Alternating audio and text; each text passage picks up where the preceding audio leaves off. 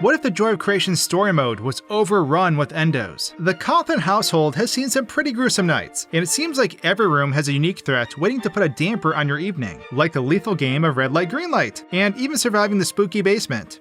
All 6 of them I mean. We know where each of the animatronics come from and how to stop them though. So what if we added a free roaming Endo to challenges they aren't normally a part of? Similar to my other insane challenges, like having the mimic always chase you in FNAF Ruin, I wanted to revisit this classic fan game to spice it up. So can you beat the Joy of Creation story mode's different challenges if Endo B spawns in every level? Of course, what I was really excited to try was locking myself in the living room and office with an Endo for a brutal challenge. We'll be breaking stuff along the way too, since we can spawn these guys literally anywhere, so I hope you enjoy. So the very first place we'll be starting is, as you'd expect, the title screen. It turns out the developers applied colliders to this environment. So if an Endo is spawned in here, it will stand directly outside the office door staring us down. They look like some kind of nightmarish door-to-door salesman, or someone who just locked themselves out of their hotel room. Either way, you're on your own, buddy. We've got a game to break. Now as we head into our very first memory, the bedroom, our mechanical foe isn't going to wait for us to climb into bed. By spawning an Endo here, they'll slowly glide down the wall in front of us as our view pans across the room. And if we detach the camera during this cutscene, they'll quickly move to the center of the bedroom. Of course, the player doesn't technically exist here, so we can't be jump scared even if they were to approach the active camera's location. As for the bedroom itself, if we attempt to spawn an Endo here, it will appear directly on top of us in the crib. As we play through the night normally, they'll move around when the player isn't looking directly at them. But once again, our player character isn't the free roaming variant that the Endo can interact with. So we're completely safe here. By warping the player out of the crib, we can also see that they're stuck inside now. If this animatronic wants to take our place for the night, I have absolutely no objections. Good luck, Imposter Nick! As we warp the player around the bedroom, we can watch as the Endo will move back and forth as they try to unsuccessfully jump scare us. If we teleport inside the closet, we can then watch as the endoskeleton chases us, and it looks like they're trying to shut the door in Chica's face. But with that being said, let's continue on to the first free roam memory of the game, the living room. To quickly refresh you on this level's mechanics, we'll basically be watching 3 separate hallways as Ignited Bonnie, Foxy, and Freddy approach the living room. The TV is used to delay Freddy and Foxy, so that you may hide behind their respective doors to avoid being spotted. All the while, you'll also be watching as Bonnie approaches from the doors behind the couch, timing each of their arrivals so that you may hide accordingly.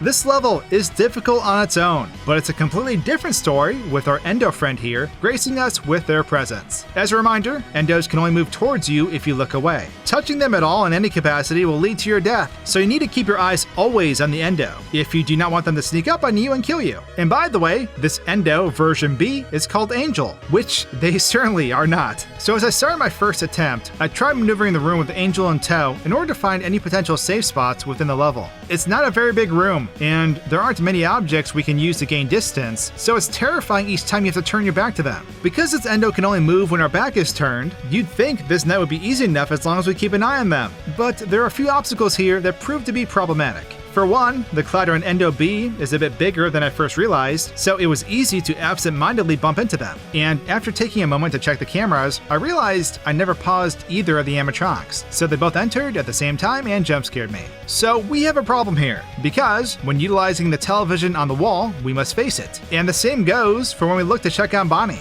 Both of these situations can allow our Endo buddy to sneak up and kill us, and these camera directions are baked into the function that we are doing. So we have to face a certain direction to do it, which is grim. But not all is lost, my friend, because we have the power of furniture on our side. In my following attempt, I learned something that will be pretty useful going forward. It turns out the couch is a safe zone as long as the Endo is on the side opposite to you. Endo B is a furniture critic and hates our couch, so much so that they'll pretend it isn't even there. Their AI doesn't consider the sofa as a solid map object, and therefore will not path around it, but instead try to go straight through. Because of this, we can sit down for as long as we want, and never get jump scared if we position Angel correctly, as Angel infinitely runs into the couch. Because of this, I was able to pause Freddy and time their entry just right, and as long as I kept my eye on the Endo, I could run to both doors and survive our primary threats. I may have gone a little bit ahead of myself here, because we still have Bonnie, and while watching the cameras, I got Bonnie punched into oblivion.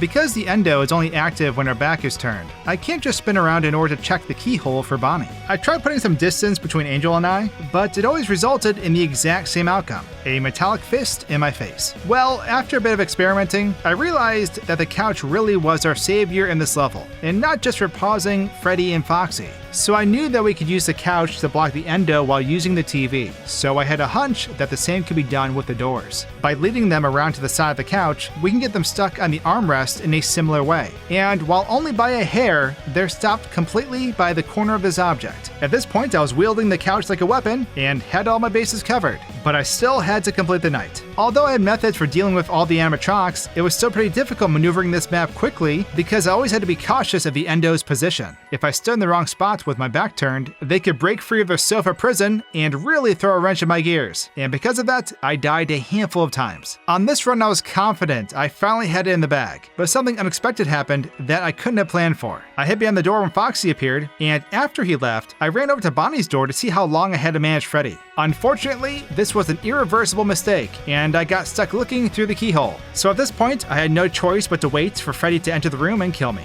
Eventually, I was once again able to get the Endo in a perfect spot and then separate Freddy and Foxy, so by all accounts, this was the perfect setup. But then I made the fatal mistake of ignoring Bonnie's howling, which resulted in me dying at 5 AM. So close, and yet so far. As long as you're able to manage each of these enemies consistently without angering the chicken, the Endo isn't a huge problem throughout the night. And finally, after who knows how many attempts, I took a leap of faith and simply waited by Bonnie's door, and the night was officially beaten. After what we just endured, I'm officially renaming the living room to the dining room, and there's nothing you can do to stop me. Unfortunately, that means we have to move on to our next challenge, the office. Immediately upon arrival, the chaotic energy is already potent in this room. The Endo is standing on top of our desk, like they own the place. Well, they were anyway. In this shot, they're hovering just barely above it, which is slightly better, I guess. These cutscenes are actually pretty hilarious, with the endoskeleton just sort of floating down into view, as shots like these tend to be a bit creepy. During the chase sequence with Freddy, I hadn't realized I managed to spawn several more by accident. So, when the camera turned around after running away, there was an entire army behind us. As we reach the office though, we get a rather,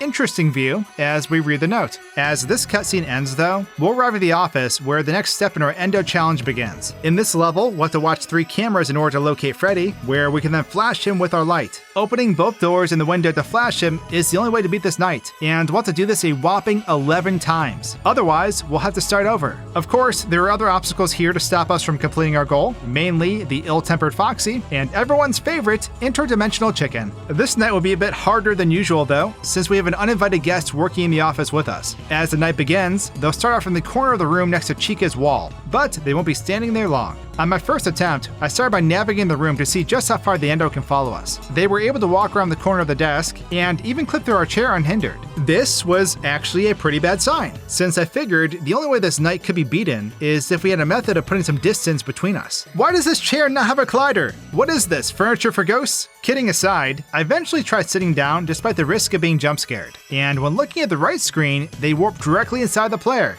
but we didn't die. Even weirder, I was able to stand up from the desk without being killed instantly as I expected. Somehow, by activating the cameras and turning our back to Angel, they were able to zero into our location, but their jump scare was never triggered. As long as we're looking at them, we can back away slowly and they won't kill us. But they'll quickly reset and become lethal again the moment we get some distance. This was a very unexpected glitch, and might be a quirk of how the mod was made, but because it means we can use our cameras safely, I'm not going to question it. Because of this weirdly specific bug, we can safely stop Foxy, as well as locate Freddy throughout the night. So knowing we can use the monitors, I tried flashing Freddy as he appeared, but the next issue we'd face quickly presented itself. As long as the Endo is freely running around when our back is turned, they'll manage to get close enough for a jump scare every time. No matter how much space I tried to put between me and the Endo, they'd still manage to close the distance due to how long the flashlight animations are, especially when you've successfully flashed Freddy. This was a bit of an issue,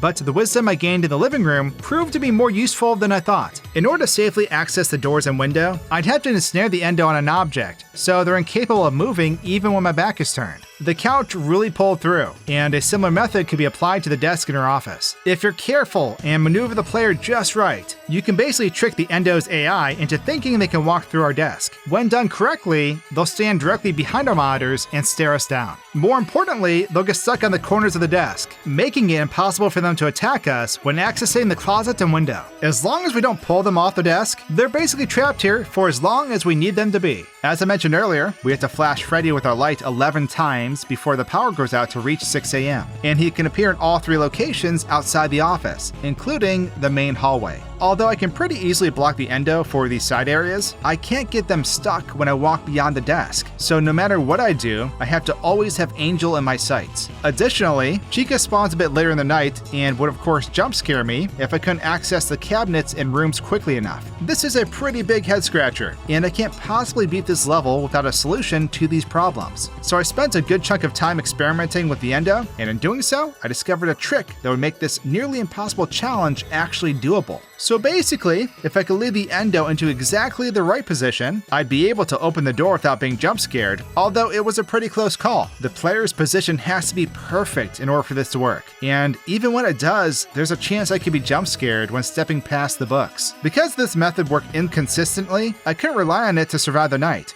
but it did lead me to another idea. Instead of leading them to my desk and getting them stuck there, I tried keeping them in their spawn location in the corner of the room. By never turning my back to Angel, I was able to reach the center doors and even open them without Angel ever moving an inch. I'm not sure if this is because the fan blocks Angel from pathing to me, or if I'm simply able to keep them in my sights during this sequence. But this was a foolproof method of opening the doors. Now at this point things got tricky. I can't get them back into the corner after they've left, so the Endo absolutely cannot move an inch. That unfortunately meant I couldn't get to the side rooms, as they'd kill me the moment I looked out the window. But that's when another idea struck me, and so I waited until Chica spawned in and crawled partially through the wall, and just as I'd hoped, the Endo was incapable of moving past her. As long as Chica occupies this section of the wall, she'll be running defense for us until we either find all 3 cupcakes or she gets inside. So now I had a solid plan to beat the night and try putting it into play. I had to watch each of the cameras at the start of the night to fend off Foxy while waiting for Chica to spawn. And the moment she did, I stalled her as long as possible by staring directly at her. Because this meant I could use all 3 entrances to flash Freddy, but I'd have to refresh her once in a while so she doesn't jump scare me. I was able to hit Freddy a couple of times before sending Chica off, while consistently keeping an eye on the cameras for Foxy. Eventually Bonnie spawned in, and I purposefully sacrificed a monitor to reduce my time spent looking for Foxy, which meant I could keep Chica here longer. As the night pressed on, I got Bonnie to destroy both side monitors, as I would need the center screen to look for Freddy in the hallway when Chica isn't active. As the clock hit 5 AM, I was desperately looking for Freddy so I could flash him one last time to beat the night, and as I stood up to get to him, I ran out of power. I literally just had to make it to the door, but victory was swept from me in the last seconds.